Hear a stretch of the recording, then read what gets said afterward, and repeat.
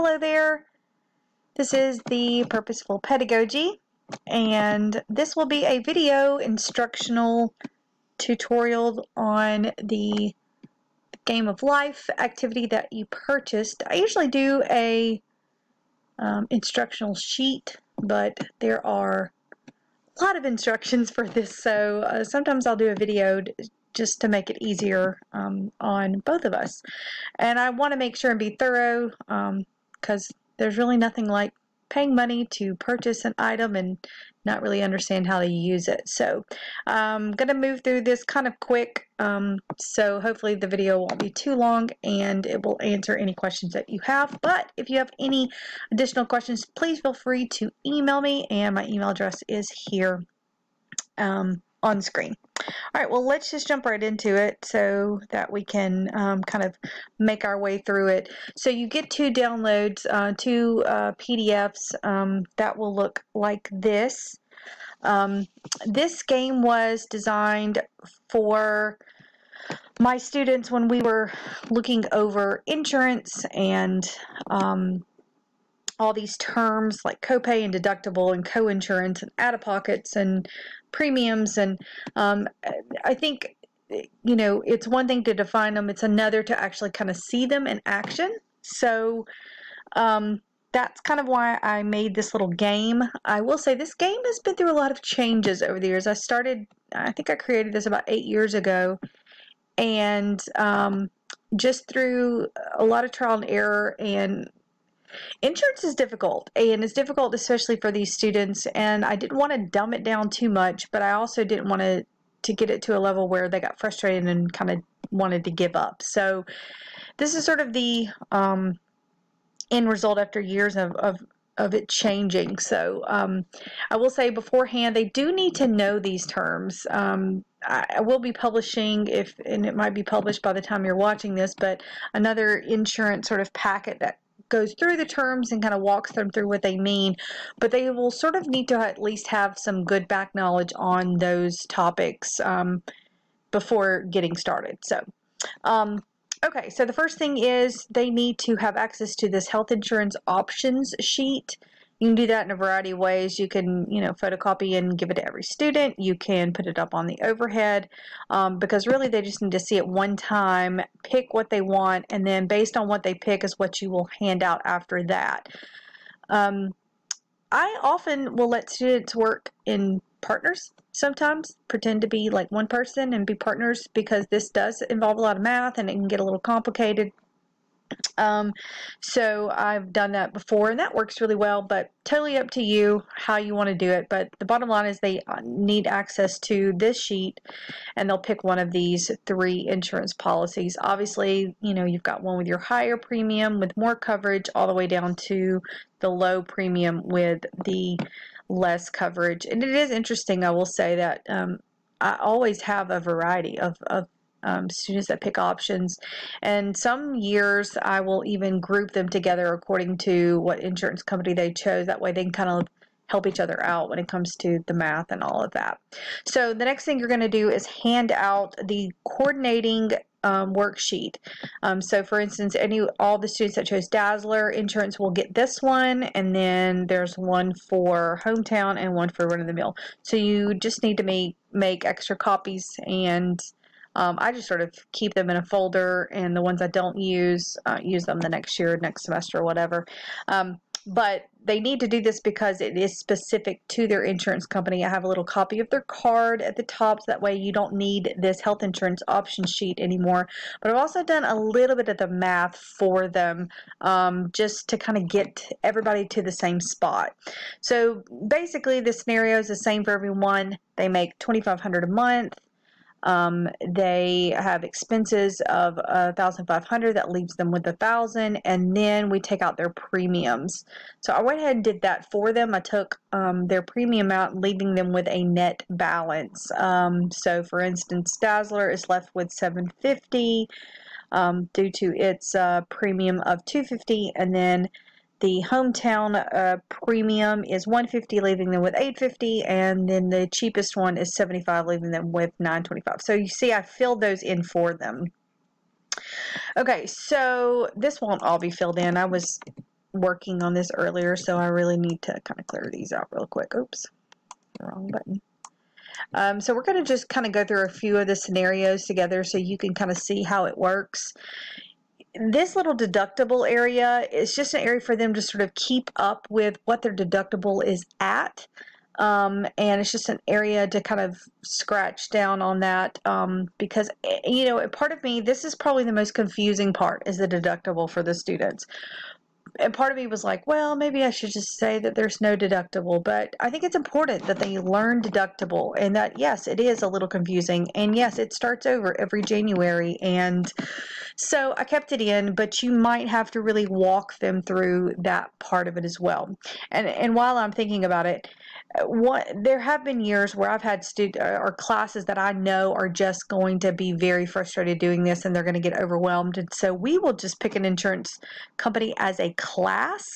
I'll hand everybody out sheets, and I work on it with them. Like, we do it together instead of, you know, picking individually. So that's another option too. If you have a class that just is frustrated, you know, and there's only one of you and there's 20, 25 of them, and, you know, it makes that difficult. So you kind of, you know, your classes, and you know maybe what they can and can't handle. So anyway, wanted to throw that out as another option as well. Okay, so also included in the download are the medical cards and the life cards. You don't have to print these.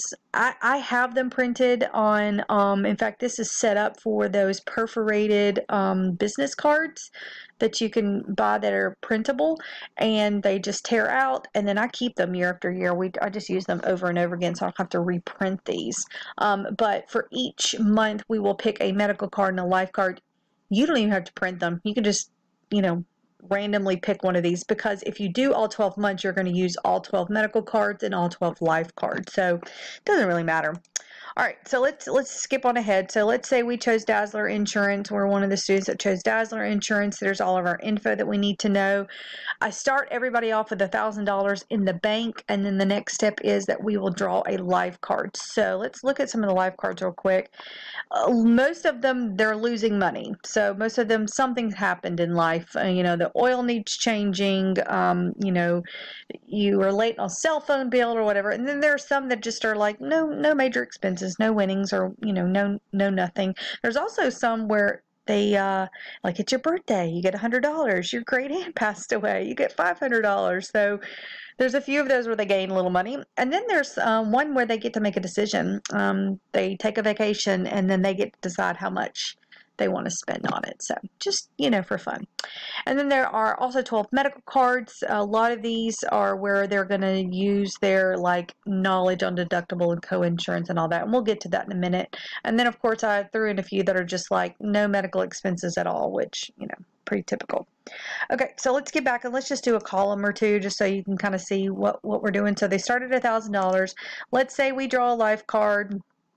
And let's say that life card is that you were late on your cell phone bill and you were charged an extra $50. So all you're going to do is come in under the life card one and put a negative. Ooh, that didn't. Okay, there we go. Negative $50. Then we're going to go over to the medical card. Let's pick a medical card. Let's just do the one where, I don't know, we'll kind of start with an easy one. Here we go. Go to the doctor for a sinus infection, and it even tells them you need to pay the copay for the doctor's visit, and then you need to get your antibiotics, so we need to pay for the medicine. So this is where they need to look on their card. So here my doctor's visit is $25, and then my prescriptions are all $5, so I'm going to be taking out another $30 basically for medical expenses. Now, I don't allow the co-pays to go toward the deductible, and I tell them that, and I think that's because it's pretty typical, but you can choose what you want. If you want to allow them to take out their co-pays from the deductible, you could have subtracted $25 from that and, you know, keep whittling away at the deductible. All right, so after this, you're just going to add, and then, you know, of course, I'll let them use their calculators or whatever. But we start with 1,000. We spent 50, and another 30, and we ended up with 920. And then we made our $2,500. We took out our $1,500 for expenses and our $250 for our premium, and that left us with $750. So we're just going to add $750 to that, and then that's where $1,670 will go here. There we go. All right, and so then you're going to transfer this amount here. And then start over again. Pick another life card. Let's say on this time I don't know, we'll do a big one. Our air conditioner broke and we have to pay $250. So you're going to go negative $250. Let's pick a medical card. Let's do one that's a little complicated. Let's do this one, which is the going to the ER. So it says you fell off a ladder, went to the ER, doctor said you have X-ray, you need to pay your copay for the ER, and then the hospital bill was $700.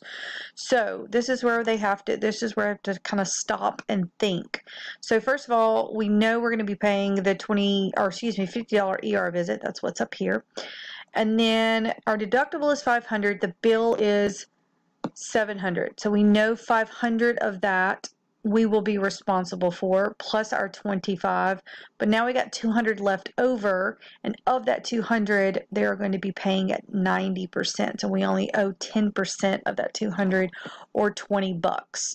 So if we add all that together, that's $500 plus our ER visit of $50.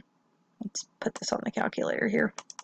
So $500 because we need to meet our deductible, plus the $50 ER, plus that 10% of the remaining 200%, which is $20. So we're going to be paying $570 in medical expenses. So a negative $570. Oops. And then again, just put that in the calculator. Oops. So 1670 minus 250 minus 570, that left us was $850 in the bank. We made our paycheck, and then you add those together. And I think you get the idea. And then this would move down to March and so on. If you gain, I always have them put a plus, whatever it was. I think there was one where it was your birthday and you got $100 or whatever. So just to remind them that you add instead of subtracting. And that's it. You go through all of these. I will tell you, when I first made this, I thought, well, we'll see if this flops. My students really get into this every year. I don't know. They're so determined to figure out, how this works. So that's been really a lot of fun. If you don't have a ton of time, you could always just, stop in July. You could say, oh, let's go through July and see where we are. But the big thing is that you're trying to do is look at, these different insurances and how they affected the imbalance. And that is not necessarily easy. Just because you have a low premium doesn't mean you're going to end up being the one with the most money in the end. And so, it leaves for good discussion about that, and how expensive insurance is, and what's covered and not covered, and especially important in, learning those terms and what they mean. This is one of those things that you do have to be very patient with. Like I said, you could all as a class just choose one insurance and go through that together. Or, just go very, very slowly through it. And eventually they get it. I would say like around April or May, they're starting to get the hang of it. And working together in groups works really well. But just walking them through it very carefully, I will say, has been one of the most successful. This is, in my opinion, been one of my more successful games. And just sort of that light bulb moment that like, oh yeah, like I get it now. So it's been a lot of fun to kind of watch that happen. So again, I try to make this quick. I think my time's about to run out, so I need to kind of clear this up. But if you have any questions, if I was more than confusing in this video, please feel free to email me. I can answer any questions you might have about it. And most of all, I just hope that you and your students have fun with this, and let me know if you have any comments or suggestions. Thanks so much.